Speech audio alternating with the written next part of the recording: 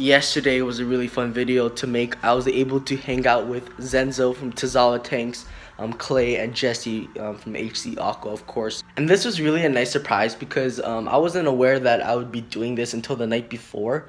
There's kind of a lot of famous fish tubers coming to the islands. A few weeks ago it was Jimmy, and now this week it was Zenzo. But all of that is done, so I'm gonna have to start working on my tanks again. I used all of the plants and mosses and rocks and whatever that I had in previous tanks or my grow out tanks for this tank, but I may move things around. I'm not really too satisfied with this whole tank. Usually when I make a tank, I usually stop working on it when I feel that, you know, this thing is good, I'm satisfied with it.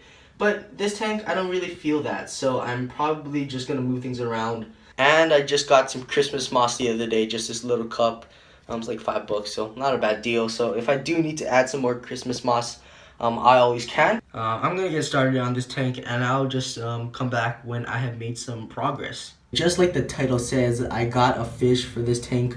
I got a Medaka rice fish. There he is. There's different variations of these guys. If you don't know what a Medaka rice fish is, their more common name is the Daisy's rice fish. And that's not really the exact name for this guy because this one is the pure white one. The Daisy's rice fish usually are the ones with the bluish color or the orangish color, but this guy is just the pure white one. And in Japan, if you go to all the fish stores in Japan, you'll find tons of these guys because I don't know, they're just everywhere and they're so cheap. They're like maybe like $3 in Japan, and I had to pay around $15 for this guy. Because, you know, you don't really find the white variation too often. I could have gotten the cheaper variation, but I wanted the true one that you can find in Japan. I like to call these the guppies of Japan because in all of the outdoor tubs, they have like a big school of these guys. There was still one left at the pet store. I didn't want to spend $30 on them, but if they're still there the next time I go, I'll probably pick that guy up so I can have 2 Medaka rice fish in this tank. But yeah, this guy is so small, I doubt he will attack you know, any of the shrimp for now, at least until he gets bigger. So I took this thing out. This was my Christmas moss wood piece. I also have a Bucephalandra red mini on it as well. I think the main problem with this tank was that I had 2 big hardscapes or 2 big centerpieces in this tank. You know, one being this Dragonstone piece and the other one being this Christmas moss wood piece. And I think once I took this Christmas moss piece out of the back over there, it looked a lot better. So I'll probably just leave this space open so that I can, you know, eventually have a filter in the back here, and I'll just scatter some of the S-Repens that I have and place it in the back. And I can obviously use some of the extra S-Repens that I have as well. So yeah, let me start doing that. Alright, so let's see how it looks.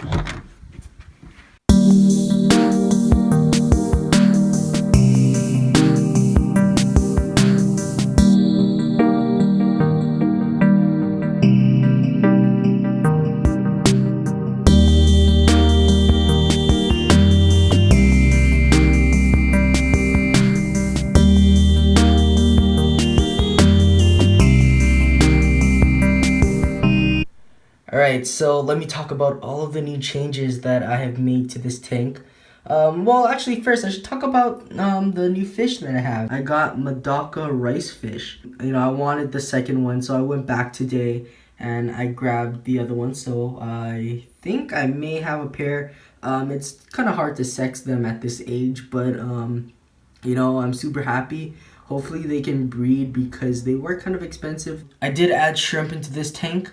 I have all my crystal reds in this tank. A lot of them are hiding in the back. I have a few different types. I have the pure albino crystal reds, and then I have some of the higher grades. Along with the crystal reds, I have a few, I think maybe around 5 or 6 golden Neocaridina shrimp. These are some shrimp that Jesse gave to me. I hope you can notice that I did try and fix the S-Repens carpet. You know, I took out a lot of the clippings that weren't looking too good, and I did leave some of the better ones in here even though they don't look too good. But you know, once they start growing, you know, I'll trim them and I'll plant the trimmings Oh, and Jesse from HC Aqua is just texting me about a pet store that is closing down, probably closing down by the end of this year, unfortunately. But yeah, but thank you, Petland Kahala, for some good years. I did get a lot of good stuff from you guys, so sad that you guys are closing down. Anyways, I did add some more boost to this tank. Originally, I got $20 worth of Arrogant Blue Bucephalandra from Boost Plant. That's what I have on, this main log right here. But at the store, they had like a lot for sale, and I was able to get $20 worth. Except it was kind of like 3 times as much as I got from BoostPlant.com. I'm not complaining about Boost Plant. I did get some healthy plants. You can kind of see the new booster, which is like up here. Like if I cut the original boosters out of the frame, this is what I got. And I also got some more of that Arrogant Blue Bucephalandra. I just placed it in this tank so I can grow it out. So I got, that and this for $20. So I think that's a really good deal. I probably will go back and get more. And Jesse's saying that everything in the store is 20% off, and they have some Hygrophila pinatafida. So I may actually go tomorrow and grab some for this tank. Something else I added was just a lot of spare pieces of mini Pelia. And I just, during the dry start that I did for the past week, I just let it sit and just attached. It looks good. It's not fully attached yet, but it's just attached enough so that it can stay. When I fill this tank up with water, hopefully I can just get this whole side of the log covered. And hopefully these boosters decide to grow.